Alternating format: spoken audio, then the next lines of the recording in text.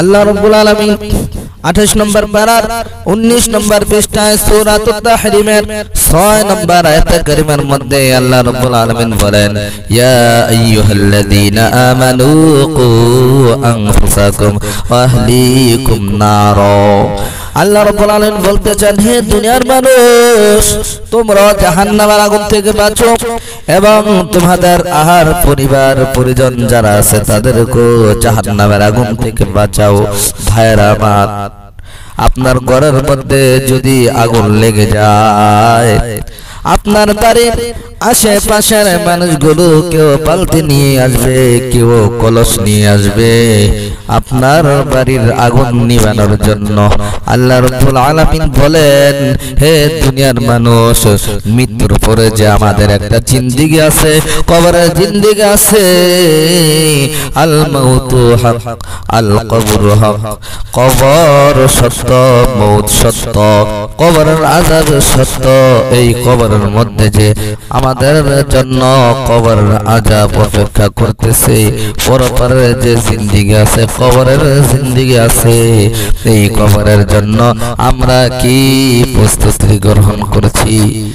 এই কারণে আল্লাহ রাব্বুল আলামিন বলতে চান, হে দুনিয়ার মানুষ, ইয়া আইয়ুহাল্লাযীনা আমানু কু আনফুসাকুম ওয়া আহলিকুম নার, তুমি নিজে জাহান্নামের আগুন থেকে বাঁচো এবং তোমার পরিবার পরিজন যারা আছে এদেরকে বাঁচাও। আমার বিবি, বাল বাচ্চা, ছেলে সন্তান, এগুলো হলো আমার পরিবার। আমি যেই বাড়িতে থাকি, যেই বাসায় বসবাস করি, আমার বাড়ির চতুর্পাশে যারা আছে পাড়া প্রতিবেশী, এরও আমার আহাল। আর আমার দাওয়াত দেওয়ার পদ্ধতি, মানুষকে কিভাবে দাওয়াত দিতে হবে, কৌশলের দাওয়াত দিতে হবে। আল্লাহ রাব্বুল আলামিন, আমার আল্লাহ পাক মানুষকে কিভাবে দাওয়াত দিতে হবে, আল্লাহ রাব্বুল আলামিন 14 নম্বর পারায় 20 নম্বর পৃষ্ঠায় সূরাতুল নাহলের 125 নম্বর আয়াত কারিমার মধ্যে আল্লাহ রাব্বুল আলামিন বলেন, উদউ ইলা সাবিলি রাব্বিকা বিল হিকমাতি ওয়াল মাউইযাতিল হাসানাহ ওয়াজাদিলহুম বিল্লাতী হিয়া আহসান ইন্না রাব্বাকা হুয়া আ'লামু বিমান দাল্লা আন সাবিলিহি ওয়া হুয়া আ'লামু বিল মুহতাদিন। আল্লাহ রাব্বুল আলামিন বলেন, উদউ ইলা সাবিলি রাব্বিকা বিল হিকমাতি ওয়াল মাউইযাতিল হাসানাহ। আল্লাহ রাব্বুল আলামিন বলেন, তুমি তোমার রবের পথে হিকমত ও সুন্দর উপদেশের মাধ্যমে আহ্বান করো। ওয়াজাদিলহুম বিল্লাতী হিয়া আহসান, আল্লাহ পাক বলে, এবং সুন্দরতম পন্থায় তাদের সাথে কথা বলো। আল্লাহ পাক তারপরে বলেন, ইন্না রাব্বাকা হুয়া আ'লামু বিমান দাল্লা আন সাবিলি, নিশ্চয়ই একমাত্র তোমার রবই জানেন কে তার পথ থেকে পথভ্রষ্ট হয়েছে। ওয়া হুয়া আ'লামু বিল মুহতাদিন, এবং তিনি এটা খুব ভালো করে জানেন কে হেদায়েত প্রাপ্তদের মধ্যে। আল্লাহ রাব্বুল আলামিন নরম কিভাবে মানুষদেরকে দাওয়াত দিতে হবে, আল্লাহ রাব্বুল আলামিন সেটা শিখিয়েছেন। 16 নম্বর পারার 13 নম্বর পৃষ্ঠা সূরাতুত তাহার 42 নম্বর আয়াতে কারিমার মধ্যে আল্লাহ রাব্বুল আলামিন বলেন, ইযহাব আনতা ওয়া আখুকা বিআয়াতি ওয়ালা তানিয়া ফি যিকরি। আল্লাহ রাব্বুল আলামিন বলেন, তুমিও তোমার ভাই, এই আয়াতের ভিতরে আল্লাহ রাব্বুল আলামিন তুমিও তোমার ভাই দ্বারা হযরত মুসা ও হারুন আলাইহিস সালাতু ওয়াস সালামকে আল্লাহ রাব্বুল আলামিন সম্বোধন করেছেন। আল্লাহ পাক হযরত মুসা ও হারুনকে ডাক দিয়ে বলে, তুমিও তোমার ভাই, আমার আয়াত সমূহ নিয়ে যাও, ফেরাউনের কাছে যাও, আমার আয়াত সমূহ নিয়ে। ওয়ালা তানিয়া ফি যিকরি, আল্লাহ পাক বলেন, এবং আমাকে স্মরণ করার ক্ষেত্রে কোন রূপ অলসতা করো না। তারপরের আয়াতে আল্লাহ পাক সূরাতুত তাহা এমনি ভাবে 43 নম্বর আয়াতে কারিমার মধ্যে আল্লাহ রাব্বুল আলামিন বলেন ইযহাবা ইলা ফিরআউনা ইন্নাহু তাগা। আল্লাহ রাব্বুল আলামিন বলেন তোমরা দুইজনে ফেরাউনের নিকট যাও, হে মূসা হে হারুন। আল্লাহ পাক বলেন হে মূসা হে হারুন তোমরা দুজনে ফেরাউনের নিকট যাও, ইন্নাহু তাগা, কেননা সে তো সীমা লঙ্ঘন করেছে। এরপরে আল্লাহ রাব্বুল আলামিন সূরাতুত তাহার 44 নম্বর আয়াতে কারিমার মধ্যে বলেন ফাকুলা লাহু কওলাল লাইলাল লাআল্লাহু ইয়াতাযাক্কারু আও ইয়াখশা। আল্লাহ রাব্বুল আলামিন মূসা এবং হারুন আলাইহিস সালাতু ওয়াস সালামকে বলে দিলেন তোমরা তার সাথে অর্থাৎ ফেরাউনের সাথে নরম কথা বলবে, হয়তোবা সে উপদেশ গ্রহণ করবে অথবা সে ভয় করবে। আল্লাহ রাব্বুল আলামিন পবিত্র কালামুল্লাহ শরীফের ভিতরে আল্লাহ পাক 28 নম্বর পারার 20 নম্বর পৃষ্ঠায় সূরাতুত তাহরিমের 9 নম্বর আয়াতে কারিমার মধ্যে আল্লাহ রাব্বুল আলামিন বলেন ইয়া আইয়ুহান নাবিয়্যু জাহিদিল কুফফার ওয়াল মুনাফিকিনা ওয়াগলুদ আলাইহিম ওয়া মা'ওয়াহুম জাহান্নাম ওয়া বিইসাল মাসীর।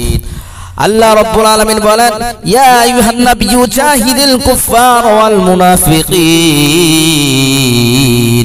আল্লাহ রাব্বুল আলামিন নবীকে ডাক দিয়ে বলে হে নবী কাফের ও মুনাফিকদের বিরুদ্ধে জিহাদ করো, ওয়াগলুদ আলাইহিম, এবং তাদের ব্যাপারে কঠোর হও, ওয়া মা'ওয়াহুম জাহান্নাম, আর তাদের আশ্রয় স্থল হবে জাহান্নাম।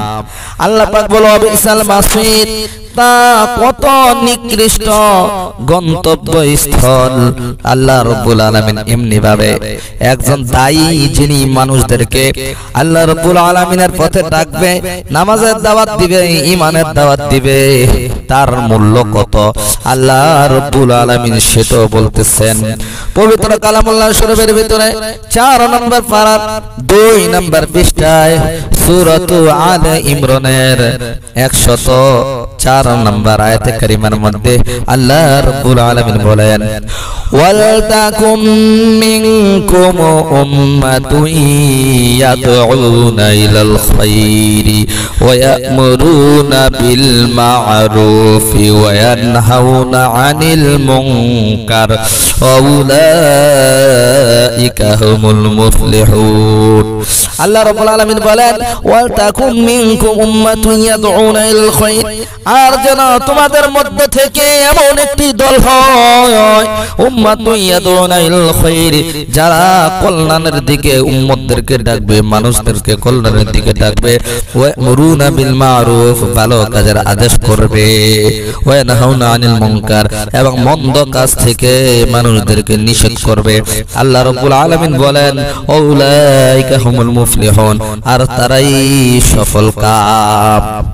এমনি ভাবে আল্লাহ রাব্বুল আলামিন 24 নম্বর পারায় 19 নম্বর পৃষ্ঠায় আল্লাহ রাব্বুল আলামিন দায়ীগণ যারা মানুষদেরকে ঈমানের দাওয়াত দিবে, দায়ীগণের কথা কেমন শ্রেষ্ঠ কেমন শ্রেষ্ঠ আল্লাহ রাব্বুল আলামিন 24 নম্বর পারায় 19 নম্বর পৃষ্ঠায় সূরাতুল হামিম সাজদার 33 নম্বর আয়াত কারিমার মধ্যে আল্লাহ রাব্বুল আলামিন বলতেছেন ওয়া মান আহসানু কওলাম মিম্মান দাআ ইলাল্লাহি ওয়া আমিলা সালিহাও ওয়া ক্বালা ইন্নানি মিনাল মুসলিমিন। দায়ীগণের কথা কেমন শ্রেষ্ঠ আল্লাহ রাব্বুল আলামিন বলেন, আর তার চেয়ে উত্তম কথা আর কার হতে পারে যে মানুষদেরকে আল্লাহ রাব্বুল আলামিনের দিকে ডাকে এবং নিজে নেক আমল করে আর বলে আমি মুসলমানদের মধ্যে একজন। ভাইয়ের আমার, বন্ধুগণ আমার, হযরত আবু মাসউদ আল আনসারী রাদিয়াল্লাহু তাআলা আনহু থেকে বর্ণিত, তিনি বলেন একদিন এক ব্যক্তি নবী করিম সাল্লাল্লাহু আলাইহি সাল্লামের নিকটে এসে বলল, হে আল্লাহর রাসূল, আমার কোনো বাহন নাই, তাই আমার জন্য একটি বাহনের ব্যবস্থা করে দিন। নবী পয়গম্বর তিনি বললেন, আমার নিকট তোমাকে বাহন হিসেবে দেওয়ার মতো কোনো বস্তু নাই, তবে তুমি অমুকের নিকট যাও, সে হয়তো তোমার সওয়ারির ব্যবস্থা করে দিতে পারবে, সে হয়তো তোমার সওয়ারির ব্যবস্থা করে দিতে পারবে। অতএব সে তার নিকট চলে গেল, লোকটি তার বাহনের ব্যবস্থা করে দিল। ওই ব্যক্তি রাসূল সাল্লাল্লাহু আলাইহি সাল্লামকে এই ব্যাপারে জানালে তিনি বললেন, যে ব্যক্তি কোন মানুষকে ভালো কাজের পথ দেখাবে, সে ব্যক্তিও ওই ভালো কাজের সওয়াব পাবে। আপনি নামাজ পড়েন, আপনার নামাজ কবুল হোক বা না হোক, আল্লাহ বলা একটা বান্দাকে যদি আপনি মসজিদে এনে হাজির করে দিতে পারেন, মসজিদে এনে দাঁড় করিয়ে দিতে পারেন, আপনার নামাজ কবুল হোক বা না হোক, আল্লাহ রাব্বুল আলামিন আপনাকে কবুলিয়তের নামাজের সওয়াব দান করবেন। সাহল ইবনে সাদ রাদিয়াল্লাহু তাআলা আনহু থেকে বর্ণিত, খায়বারের যুদ্ধে নবী করিম সাল্লাল্লাহু আলাইহি ওয়াসাল্লাম বললেন, আগামীকাল সকালে আমি এমন এক লোকের হাতে ইসলামের ঝান্ডা তুলে দেব, যার হাতে আল্লাহ রাব্বুল আলামিন খায়বার বিজয় দান করবেন। যে আল্লাহ এবং তার রাসূলকে ভালোবাসে এবং যাকে আল্লাহ ও তার রাসূল ভালোবাসেন, সে আল্লাহ এবং তার রাসূলকে ভালোবাসে এবং আল্লাহ ও তার রাসূলও তাকে ভালোবাসে। সাহাবা রাদিয়াল্লাহু তাআলা আনহু বলেন, আমরা সকলে রাত্রে যখন শোয়ার জন্য গেলাম, সকলে চিন্তা করতেছি, কাহারও চোখের মধ্যে কোনো ঘুম নাই, সকলে চিন্তা করতেছি এই ইসলামের ঝান্ডা নাকি নবী পয়গম্বর আমাদের হাতে দেয়। প্রত্যেকের দিলের ভিতরে এই তামান্না। যখন সকাল হলো, আল্লাহর রাসূল সাল্লাল্লাহু আলাইহি ওয়াসাল্লাম সাহাবায়ে কেরামদেরকে নিয়ে যখন বসলেন, নবী করিম সাল্লাল্লাহু আলাইহি ওয়াসাল্লাম বলেন, আলী ইবনে আবি তালিব কোথায়? সাহাবীগণ বলেন, হে আল্লাহর রাসূল, তিনি তো চক্ষু রোগে আক্রান্ত। তিনি বললেন, যাও আলীকে আমার কাছে নিয়ে আসো। আল্লাহর রাসূল সাল্লাল্লাহু আলাইহি ওয়াসাল্লাম কাছে যখন হযরত আলী রাদিয়াল্লাহু তাআলা আনহুকে নিয়ে যাওয়া হলো, আলী রাদিয়াল্লাহু তাআলা আনহু চোখে নবী পয়গম্বর সাল্লাল্লাহু আলাইহি ওয়াসাল্লাম থুতু লাগায় দিলেন, সঙ্গে সঙ্গে আলী রাদিয়াল্লাহু তাআলা আনহুর চোখ ভালো হয়ে গেল। সুবহানাল্লাহ। এই কারণে প্রিয় হাজিরিন, আল্লাহর নবী পয়গম্বর সাল্লাল্লাহু আলাইহি ওয়াসাল্লামের মুখের থুতু কেমন বরকত ছিল, কেমন বরকত ছিল ভাইরা আমার। হযরত আলী রাদিয়াল্লাহু তাআলা আনহু বলেন, আমার চক্ষু এমন ভালো হয়ে গেছে, আমি পূর্বের থেকেও এখন আমি অনেক ভালো দেখি। এরপর তিনি নবী পয়গম্বর সাল্লাল্লাহু আলাইহি ওয়াসাল্লাম তার হাতে ঝান্ডা প্রদান করলেন। তখন আলী রাদিয়াল্লাহু তাআলা বলেন, হে আল্লাহর রাসূল, তারা আমাদের মতো মুসলিম না হওয়া পর্যন্ত কি আমি তাদের সাথে যুদ্ধ চালাবো কি? আল্লাহর রাসূল সাল্লাল্লাহু আলাইহি ওয়াসাল্লাম বললেন, তুমি বর্তমান অবস্থায় তাদের দ্বার প্রান্তে গিয়ে হাজির হও, এরপর তাদের ইসলাম গ্রহণের প্রতি আহ্বান করে ইসলামের দাওয়াত দিতে থাকো। ও আলী, তোমার ইসলামের দাওয়াতের কারণে একটা লোকও যদি ইসলামের ছায়াতলে প্রবেশ করে, তাহলে আল্লাহ রাব্বুল আলামিন তোমাকে পূর্বের জমানায় লাল মূল্যবান উটের চেয়ে উত্তম সওয়াব আল্লাহ রাব্বুল আলামিন তোমার আমলনামায়